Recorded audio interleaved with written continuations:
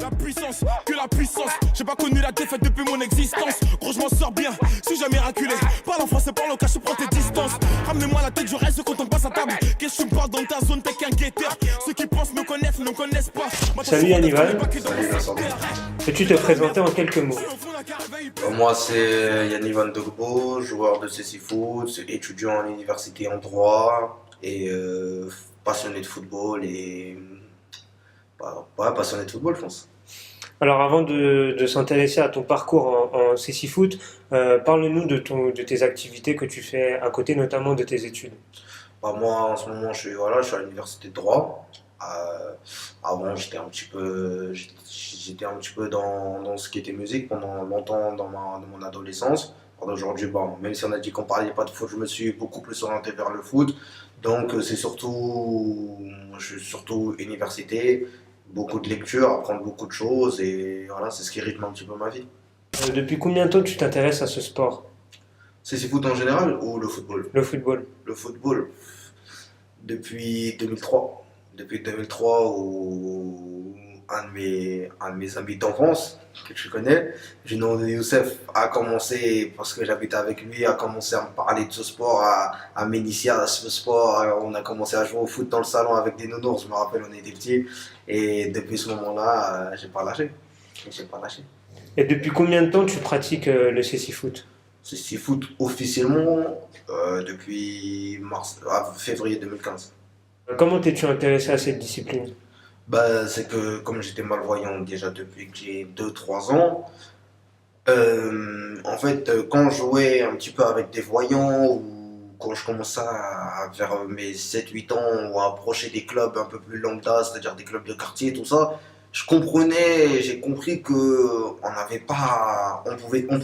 on n'était pas égalitaire. C'est-à-dire que même si j'étais plus fort que la personne, le fait que l'autre personne voit plus que moi, c'était sûr qu'elle serait plus réactive sur le terrain. Donc on se battait pas avec les mêmes armes. Alors que quand je jouais, par exemple quand j'allais à l'école où il y avait des malvoyants, quand je jouais avec des malvoyants, c'était beaucoup plus équilibré. Donc à partir de ce moment-là, j'ai commencé à me demander s'il y avait des alternatives. Donc j'ai pris contact à partir de ce moment-là avec le directeur de la fédération, enfin de la commission nationale de CC Foot, Julien Zelila. À partir de ce moment-là, on a créé un petit club dans le 93 où on venait et on faisait des entraînements de CC Foot. C'était très peu, hein, c'était mensuel, mais nous au moins ça nous faisait plaisir de pouvoir avoir notre cadre à nous dans lequel on profitait. Il se figure qu'après j'ai perdu la vue à l'âge de 12 ans, donc le CC Foot devenait une évidence. J'avais des contre-indications médicales qui m'empêchaient de jouer au CC Foot pendant 4 ans, 5 ans, puis à l'âge de 16 ans, 17 ans, je suis venu à l'entraînement, je suis invité par un grand joueur, Yvan Wandji, qui m'a dit viens un petit peu, comme tu t'intéresses beaucoup au foot, tout ça. Donc je suis réellement venu, j'ai testé et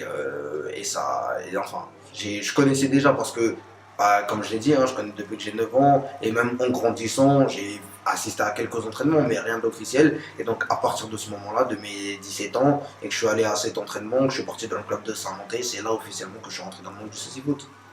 Comment se déroule un entraînement de CC Foot? Y a-t-il des similitudes avec un entraînement de football traditionnel? Il y a beaucoup de similitudes, l'échauffement de base, la mise en forme, les conduites de balle, parce que la conduite de balle, certes dans le football normal c'est important, mais dans le CC Foot c'est encore plus important. La conduite de balle, les passes sont les mêmes, accélération, duel, frappe au but, c'est quasiment la même chose qu'un vrai entraînement de foot. Quelles sont les qualités requises pour être un bon joueur de CC Foot? L'écoute, la communication, une bonne technique et être présent physiquement. Personnellement, à quel poste évolues-tu et comment pourrait-on définir ton style de jeu? À la base, j'ai commencé plutôt défensif, vraiment sur la dernière ligne de défense. Après, je suis passé devant le défenseur, comme c'est du 5 contre 5, donc c'est-à-dire que je suis passé devant le défenseur.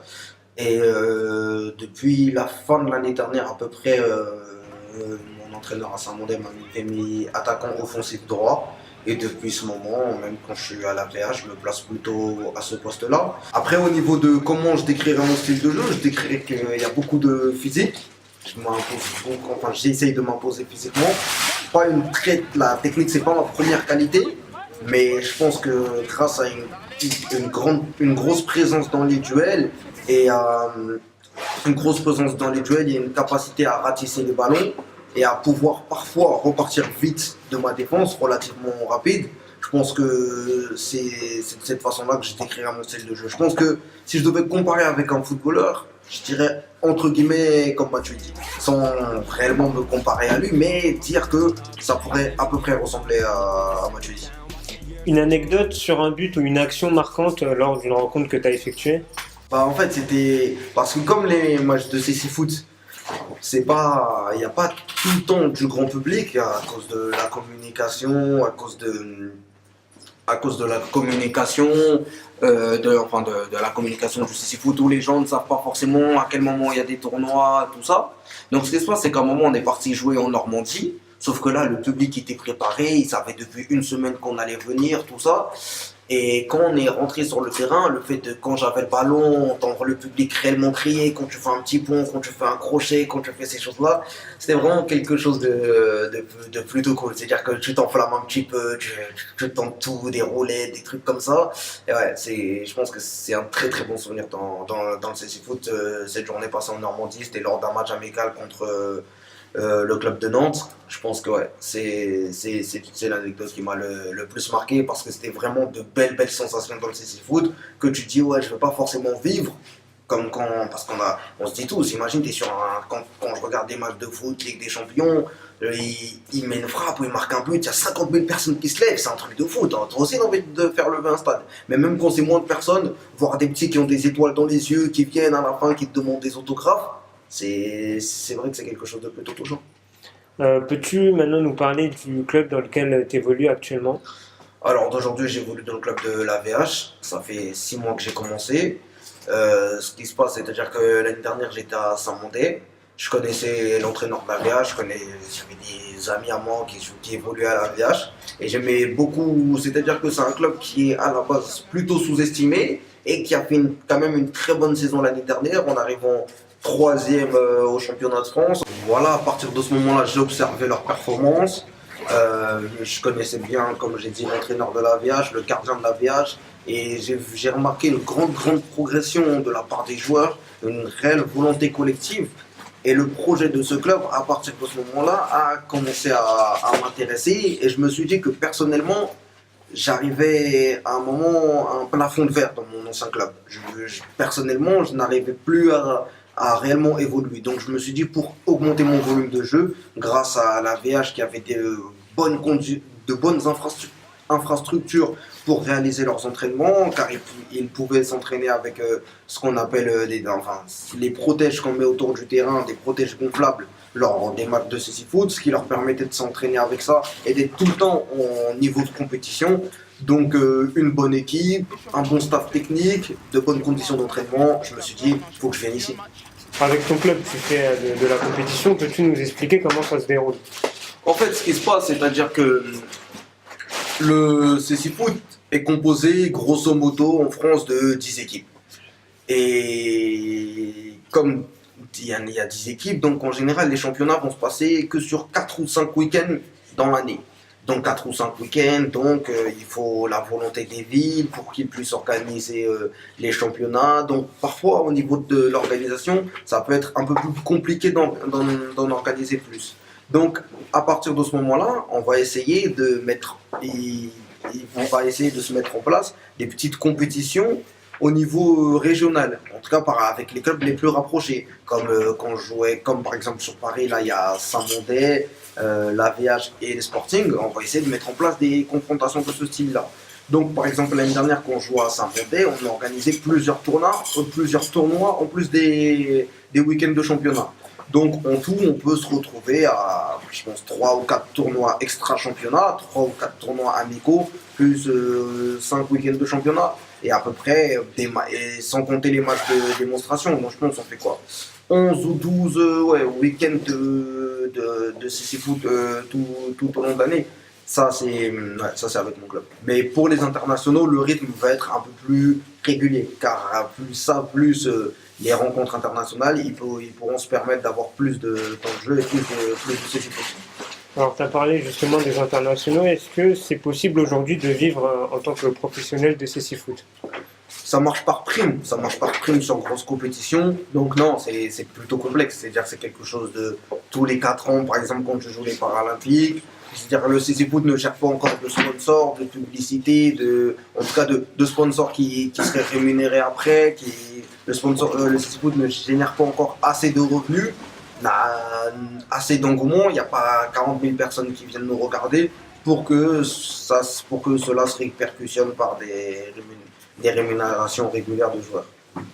De ton côté, est-ce que tu rêverais un jour, pourquoi pas, d'intégrer l'équipe de France de football de cécifoot? Pour l'instant, je suis de nationalité ivoirienne, donc bientôt de nationalité française. Donc, en fonction de mon niveau, de ce qu'on me propose, si l'entraîneur de l'équipe de France me dit que mon jeu l'intéresse, ou même qu'il y a des contacts avec la Côte d'Ivoire, honnêtement, je laisse les portes ouvertes. Et moi, pour l'instant, ce qui m'intéresse, c'est réellement le club. Vraiment, sans faire la langue de bois, j'ai vraiment envie d'atteindre le maximum d'objectifs avec mon club dans lequel j'évolue actuellement, car il y a réellement une bonne équipe qui donne envie d'accomplir des choses. Et après, si j'arrive à atteindre ces buts-là, j'espère que derrière, il y aura une proposition internationale qui suivra. Au niveau médiatique, penses-tu que le handisport dans sa globalité est assez mis en avant? Non.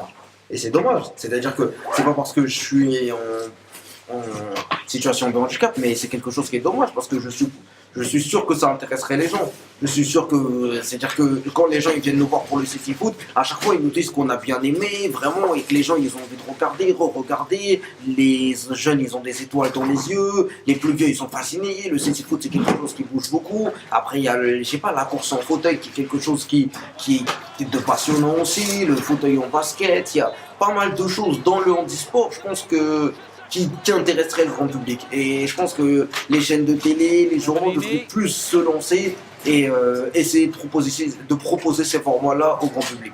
Pour te remercier de nous avoir invités ici dans ton club, Yann-Ivan, l'équipe d'Urban Street Reporter tenait à t'offrir une petite carte postale que je te donne. Merci beaucoup. Voilà, donc cette carte postale qui s'intitule S'accrocher à la vie. Donc on a décidé avec l'équipe de te donner cette carte postale car elle te symbolise au mieux à travers tout ce que tu fais au quotidien dans le cécifoot et même dans tes études. Donc voilà. Est-ce que tu as un dernier mot pour ceux qui nous suivent Déjà, merci beaucoup à l'équipe d'Urban Street Reporter. Déjà, beaucoup de respect à l'équipe d'Urban Street Reporter. Toi, quand on discute un petit peu en privé, je te le dis souvent. J'ai beaucoup de respect pour vous, beaucoup de soutien pour vous, parce que pour le travail que vous faites, c'est vraiment très très important de sortir les jeunes de quartier, leur montrer une vision du monde, les participer à leur éducation. C'est-à-dire que c'est à nous-mêmes de nous éduquer. Et si à l'heure d'aujourd'hui, on remarque les événements, on remarque qu'il y a une cassure entre guillemets entre la France d'en bas et la France d'en haut, c'est à nous de faire en sorte que la France d'en bas soit éduquée et puisse communiquer avec la France d'en haut. Donc ce que vous faites, c'est vraiment, vraiment magnifique, vraiment, vraiment, vraiment très beau. Et j'ai beaucoup d'admiration. Et c'est réellement moi qui vous remercie d'être venu me voir. Et dans votre semaine, dans vos vacances scolaires avec le thème sur le handicap, qui est vraiment une belle initiative. C'est-à-dire que c'est dès la jeunesse qu'il faut sensibiliser les jeunes handicap, surtout les jeunes de quartier où c'est pas quelque chose qui est toujours accepté facilement. Donc vraiment beaucoup d'admiration pour vous. Merci beaucoup. Et tous les supporters d'Urban Street Reporter, tous ceux qui regardent, n'hésitez pas à toujours soutenir leurs vidéos et à toujours regarder, à partager un max de j'aime car vraiment, c'est-à-dire que c'est important que nous aussi on ait nos sites, on ait nos moyens de relayer nos informations, on puisse montrer que oui, les quartiers se bougent. Merci beaucoup Yann-Ivan, ce message nous touche et on te souhaite bonne continuation. Merci Yann-Ivan.